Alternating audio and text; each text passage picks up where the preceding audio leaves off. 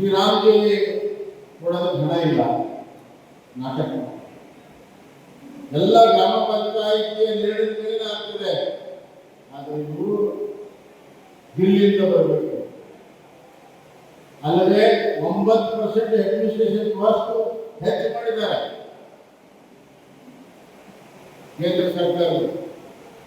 ನಿಜವಾಗ್ಲೂ ಭಾರತವನ್ನ ವಿಕಾಸ ಮಾಡುವಂತಹ ಯೋಜನೆಯನ್ನ ನರೇಂದ್ರ ಮೋದಿ ಅವರು ತಂದರೆ ಗ್ರಾಮದಿಂದ ಹಿಡಿದು ಹಳ್ಳಿಯಿಂದ ಹಿಡಿದು ದಿಲ್ಲಿವರೆಗೂ ಅಭಿವೃದ್ಧಿ ಆಗಬೇಕಿರುವಂತಹ ಪರಿಕಲ್ಪನೆಯಿಂದ ನಮ್ಮ ಪ್ರಧಾನಮಂತ್ರಿ ನರೇಂದ್ರ ಮೋದಿಜಿಯವರು ಇದನ್ನು ಮಾಡಿದ್ದಾರೆ.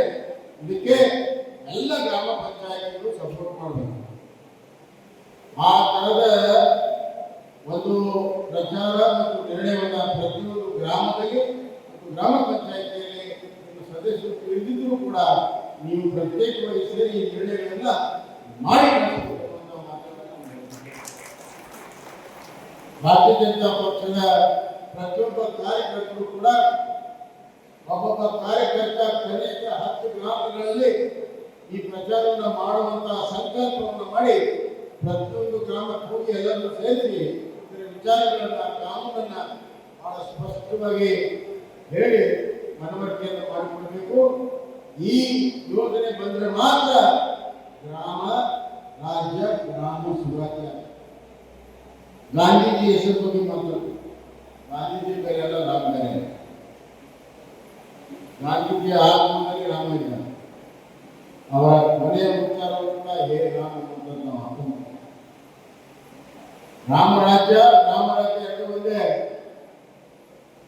ಗ್ರಾಮದ ರೀತಿಯಲ್ಲಿ ಗ್ರಾಮದಲ್ಲಿ ನ್ಯಾಯಸಮ್ಮತವಾಗಿರುವಂತಹ ಒಂದು ಆಡಳಿತವನ್ನು ಕೊಡುವ ದೃಷ್ಟಿಯಿಂದ ರಾಮರಾಜ್ಯ ಅಂತ ಕರೀತಿದ್ರು.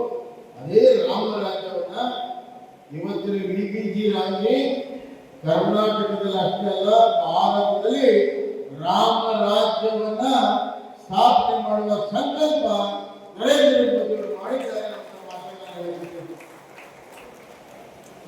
ನಮ್ಮ ಹಿಂದಿನ ಪ್ರಧಾನಮಂತ್ರಿ ಅಟಲ್ ಬಿಹಾರಿ ವಾಜಪೇಯಿ ಹೇಳಿದರು, ಗ್ರಾಮ ಸ್ವರಾಜ್ಯ. ಗ್ರಾಮ ಸ್ವರಾಜ್ಯ ಸ್ವತಂತ್ರ ಬಂದಾಗ ಗ್ರಾಮಗಳು ಸ್ವರಾಜ್ಯ ಆಗಬೇಕು, ಸ್ವತಂತ್ರ ಆಗಬೇಕು. ಆದ್ರೆ ಈಗ ಗ್ರಾಮ ಸ್ವರಾಜ್ಯ ಆಗಬೇಕು, ಒಳ್ಳೆ ಆಡಳಿತ ಗ್ರಾಮದಲ್ಲಿ. ಗ್ರಾಮ ಸ್ವರಾಜ್ಯ, ಗ್ರಾಮ ಸ್ವರಾಜ್ಯ, ಗ್ರಾಮ ರಾಜ್ಯ, ಗ್ರಾಮ ಧ್ಯೇಯ ಇರುವಂತ ಒಂದು ಗ್ರಾಮ ರಾಜ್ಯ ನರೇಂದ್ರ ಮೋದಿ ಅವರ ಕೆಲಸ. ಮತ್ತು ಶಾಲೆ ಕಟ್ಟಡ ಕೊಡ್ತಿದ್ದಿಲ್ಲ, ಅಂಗನವಾಡಿ ಕಟ್ಟಡ ಕೊಡ್ತಿದ್ದಿಲ್ಲ, ಬರೀ ಪೇಂಟ್ ಹಚ್ಚಿ ಸುಣ್ಣ ಹಚ್ಚುತ್ತಿರ್ತೀವಿ. ಆದರೆ ಎಲ್ಲವನ್ನು ಬದಲಾವಣೆಯನ್ನು ಮಾಡಿ ಆಸ್ತಿಗಳ ನಿರ್ಮಾಣವನ್ನು ಗ್ರಾಮೀಣ ಪ್ರದೇಶದಲ್ಲಿ ಮಾಡಿ ಒಂದು ಗ್ರಾಮ ಆದರ್ಶ ಗ್ರಾಮಕ್ಕೆ ಅವಕಾಶ ಸಿಕ್ಕಿದೆ. ನಾನು ಒಂದು ಮಾತನ್ನು ಹೇಳಕ್ಕೆ ಇಷ್ಟಪಡ್ತೀನಿ. ಯಾರ್ಯಾವ ಗ್ರಾಮ ಪಂಚಾಯಿತಿಯಲ್ಲಿ ಜನಸೇವೆ ಮಾಡಬೇಕಂತ ಯಾರಿದ್ದೀರಿ, ಹಿಂದಿನ ಸದಸ್ಯರಾಗಿದ್ದರು ಅವ್ರಿಗಿಂತ ಮುಂದಿರುವಂತಹ ಸದಸ್ಯರು ಬಹಳ ಅದೃಷ್ಟವಂತರು. ಹಿಂದಿನ ಸದಸ್ಯರಿಗೆ ಬಹಳಷ್ಟು ಅವಕಾಶಗಳಿರಲಿಲ್ಲ, ನರೇಗಾ ಇದ್ರೂ ಕೂಡ ಅವಕಾಶ ಇರಲಿಲ್ಲ, ಮಧ್ಯವರ್ತಿಗಳು ಬರ್ತಿದ್ದು ಹೋಗಿದ್ರು. ಮುಂಬರುವಂತಹ ಯುವಕರು ಹೆಚ್ಚಿನ ಗ್ರಾಮ ಪಂಚಾಯತ್ ಸದಸ್ಯರಾಗಬೇಕು. ನನ್ನ ಪ್ರಕಾರ 50ಕ್ಕಿಂತ ಹೆಚ್ಚು ಪರ್ಸೆಂಟೇಜು ತಾಯಿಗಳು ಮತ್ತು ಯುವಕರಲ್ಲಿ 35 ವರ್ಷದ ಒಳಗಡೆ ಗ್ರಾಮ ಪಂಚಾಯತ್ ಸದಸ್ಯರಾಗಬೇಕು. 50%.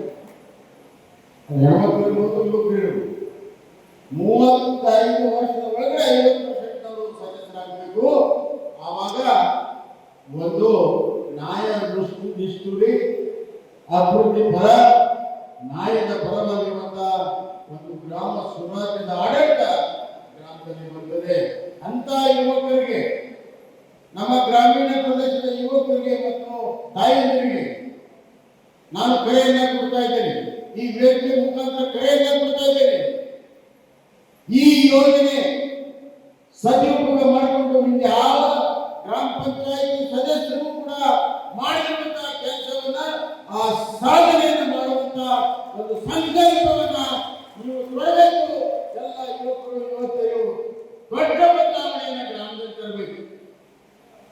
ಗ್ರಾಮ ಸ್ವತಂತ್ರ ಆಗಬೇಕು, ಆರ್ಥಿಕವಾಗಿ ಸಾಮಾಜಿಕವಾಗಿ ಸ್ವತಂತ್ರ ಆಗಬೇಕು. ಅದಕ್ಕೆ ಆ ಯುವಕರಿಗೆ ನಾನು ಕರೆಯನ್ನು ಕೊಡ್ತಾ ಇದ್ದೇನೆ. ನೀವು ಅದೃಷ್ಟವಂತರು, ಈ ಯೋಜನೆ ಬಂದಿದೆ ನಿಮಗೆ, ಹೊಸದಾಗಿ ಆಯ್ಕೆ ಮಾಡೋದು ನಿಮ್ಮ ಯೋಜನೆಯಿಂದ ಬಂದಿದೆ. ಇದನ್ನೆಲ್ಲವನ್ನು ಅರ್ಥ ಮಾಡಿಕೊಂಡು ನೀವು ಬಂದ ತಕ್ಷಣ ಇದನ್ನು ಅನುಷ್ಠಾನ ಮಾಡಬೇಕು. ನಿಮಗೆ ಸರ್ವ ಸ್ವತಂತ್ರ ಇದೆ ನಿರ್ಣಯ ಮಾಡೋದು.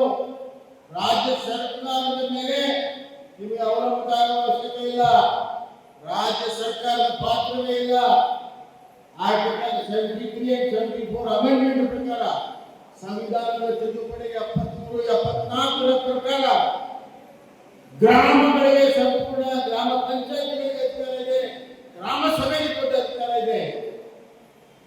ಮನೆಗಳು ಯಾರು ಕೊಡಬೇಕನ್ನುವಂತ ನಿರ್ಧಾರ ಗ್ರಾಮ ಸಭೆಗೆ ಇದೆ, ವಿಧಾನಸಭೆಗಿಲ್ಲ. ಗ್ರಾಮ ಸಭೆಗಿದೆ, ವಿಧಾನಸಭೆಗಿಲ್ಲ. ಅದಕ್ಕೆ ಏನಾಗ್ತಾ ಇದೆ? ಯಾರು ಮನೆ ಕೊಡಬೇಕು ಅಂತೇಳಿ ವಿಧಾನಸಭೆ ನಿರ್ಧಾರ ಆಗ್ತದೆ. ಗ್ರಾಮ ಸಭೆಯನ್ನ ಜೀರೋ ಮಾಡಿಬಿಟ್ಟಿದ್ದಾರೆ, ಅವ್ರು ನಿಷ್ಕ್ರಿಯ ಮಾಡಿಬಿಟ್ಟಿದ್ದಾರೆ.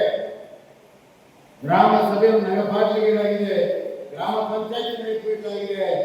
ನಮ್ಮ ಗ್ರಾಮೀಣ ಜನರು ತಮ್ಮ ಹಕ್ಕಿಗಾಗಿ ಏಳಬೇಕು, ಎದ್ದೇಳಬೇಕು, ಮತ್ತೆ ಹಕ್ಕನ್ನು ಪಡ್ಕೋವರೆಗೂ ಈ ರಾಜ್ಯ ಸರ್ಕಾರದ ಈ ತರದ ಧೋರಣೆಯನ್ನ ಧಿಕ್ಕರಿಸಿ ನಿಮ್ಮ ಅಧಿಕಾರ ಸಂವಿಧಾನ ಬಾಬಾ ಸಾಹೇಬ್ ಅಂಬೇಡ್ಕರ್ ನಿಜವಾಗ್ಲೂ ಕೂಡ ಬರೆದಿರುವಂತ ಆ ಸಂವಿಧಾನದ ಪ್ರಕಾರ 73, 74ನೇ ತಿದ್ದುಪಡಿ ಪ್ರಕಾರ ಆ ಎಲ್ಲ ಅಧಿಕಾರ ನಿಮಗಿದೆ, ರಾಜ್ಯ ಸರ್ಕಾರಕ್ಕೂ ಇಲ್ಲ.